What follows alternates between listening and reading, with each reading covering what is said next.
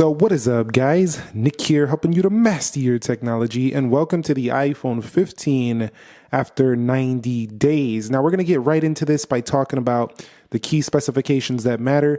This did come with a 6.1 inch display here. This is an OLED variety, but 60 hertz panel. 90 days later, feels like every iPhone before. It really does. It doesn't feel too much different in that respect, so it's a pretty nice display. Secondly, we do have an upgraded 48 megapixel camera, and the 48 megapixel camera definitely gives you a camera that you're going to find more so on like 14 Pros of last year. So a really nice camera in that sense. Also gets 6 gigs of RAM, and Apple's A16 Bionic, also found in 14 Pro and Pro Max of last year. So a really nice CPU, a nice camera upgrade. 90 days, it really feels like I have a 60 hertz 14 Pro or 14 Pro Max. So if you picked one of these up for Christmas, or you got one for the holidays, or you plan on getting one, you're basically getting a more lighter version of the 14 Pro series models without the telephoto lens. But there is a trick up the iPhone sleeve here. It does have, the 15 does have the 2x zoom, which crops in on that 48 megapixel. It also gives you 10 times zoom versus 5 before. So I really enjoyed that. It really made it feel more like an iPhone 10 of years ago. Now, also, last thing we're going to talk about is the battery here on a specification sheet. 3349 milliamp hour battery, which means pretty darn big for a smaller 6.1 inch display. And with the optimizations of iOS, this phone easily lasted me a full day. So you'll definitely really enjoy the battery on the iPhone 15. It's really good. Now, 30 days later, when it comes to the design and the build of this phone, it is pretty smooth on the edges. USB-C on the bottom. 90 days later, I feel like I really want to keep coming back to this one just because of the lighter weight. Now, I really do like the iPhone 15 Pro as well. It's super nice, super premium, but it's also light, but it just feels a little heftier. I just really like how light and smooth the iPhone 15 feels. This phone just feels super smooth in the hand. It feels very beautiful. So it's just really a nice feel in the hand. However, it definitely feels slightly less durable, less, I don't know, it feels a little bit more fragile to me. Maybe it's the back texture, but the back texture stays a lot cleaner. As you'll see right here when we zoom in, it's smoother, but some people are not a big fan of this look of the body here, of this, just the way this feels right here. Some are just not a fan of this this color. Mostly the feel's pretty good, but the color is what I actually meant to say, the color. So 171 grams, pretty decent Gorilla Glass here on the front and the back, aluminum edges, but very smooth here at the corners. So if you were looking for a really smooth feel at the corners, the way it feels in the hand, it's just got a lighter, more ergonomic feel. It's one of my favorites of all of the 15s to hold in the hand. It probably is one of the most comfortable. I do think it's super thin and light though, so it is capable of slipping out of your hand, but because it's not so big, it definitely, it's not that easy, but I still recommend a case, because if you hit this on the wrong corner, this back glass will crack. Just keep that in mind. In the area of display, I don't got much to say. It is a OLED display. Several days later, the 90 days later, what I keep thinking about is it's kind of cool that you have dynamic island on the base model. I really do appreciate having this here for the base model. It really just is something that gives this more value than it had before. Other than that, pretty darn bright outside. I like that the resolution is about the same as the Pro models. It also has similar brightness as well, so it gets very juicy and bright outdoors. That's a good thing.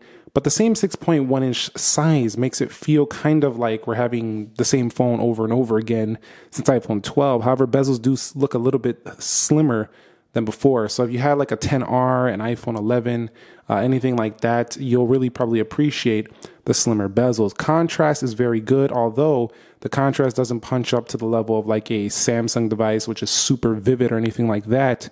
But 90 days later, it's been an enjoyable, pleasing phone to use with the display, just like prior versions. But True Tone Night Shift Dark Mode stay here as well. I really like the True Tone. It kind of adjusts to the ambient lighting. But really it's the contrast ratio and the viewing angles. If you're coming from an LCD based iPhone, that's going to be your biggest upgrade here. Now, Dynamic Island does have the ability to cut into the content a little bit here. So if you are looking for the Dynamic Island to take less space, it definitely doesn't do that. It's going to take up more space. And if you're looking at like something like a blue sky or something, watching a video and you pinch in, it does definitely tend to cut in there. So that would be probably the biggest con, but you trade it for the functionality the dynamic island does offer, like when you're setting timers, getting your Lyft or Uber rides, your Uber Eats orders, sports scores, phone calls.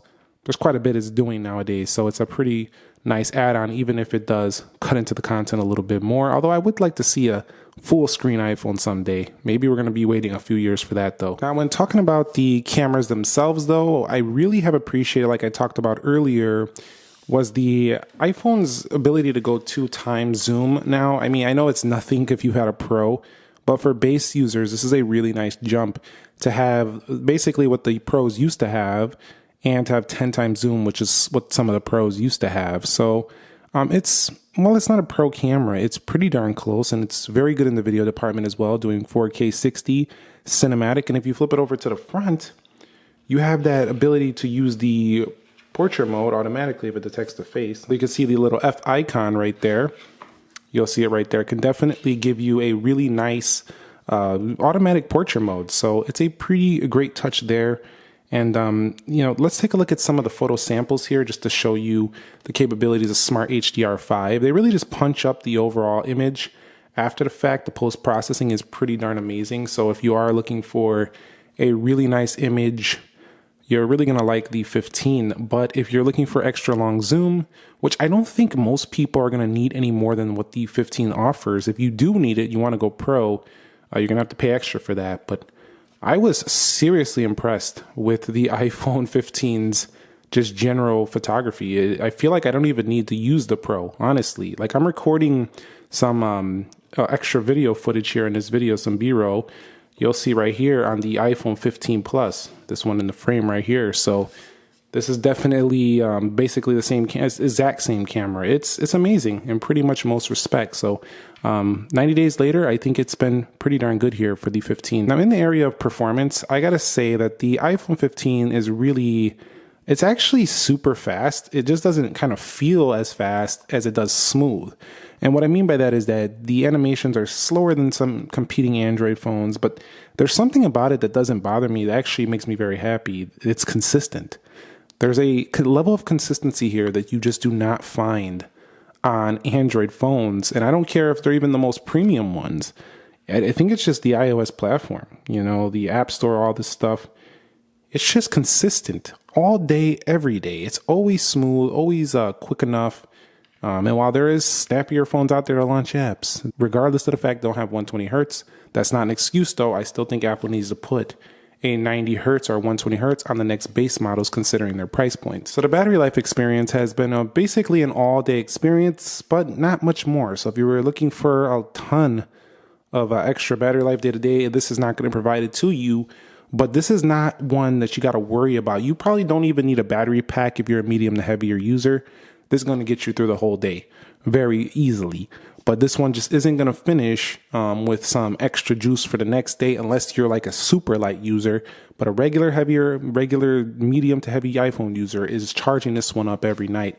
It does have wireless charging and MagSafe charging, but it's nowhere near as fast as some other options out there. However, not fast charging in lithium ion cells in here would probably lead to a longer lasting experience. But at the end of the day, all batteries will degrade over time. This one, though, doesn't charge as fast as some competitors out there, so it might degrade a little bit slower. At the end of the day, this phone did impress me. It got me a full day quite easily, but not much more than that. So it's kind of what you expect. An iPhone battery, pretty good all day, nothing too special, nothing. 3 months later, or 90 days as we called this video, the iPhone 15 has been a stellar smartphone. It's really that good.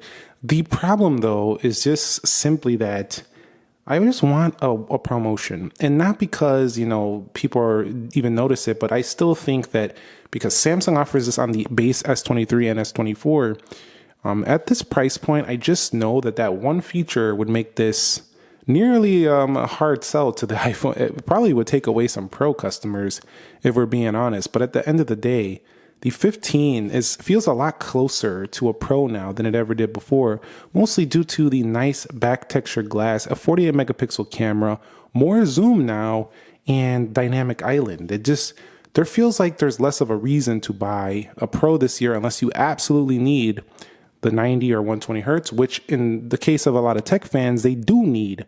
But this one was very good. I'd give this one like a 8.5 out of 10. I'd have to take off a 1.5 for just not having 120 hertz. But at the end of the day, iPhone 15, thumbs up. It's been really good. I would say this and the S23, along with the Pixel 8, are like the top 3 smaller phones of the year, definitely, of 2023. So thumbs up if you enjoyed it. Subscribe if you haven't already. And have a Merry Christmas and Happy Holidays. I'll catch you on the next one. Nick here. Be sure to be well. And peace.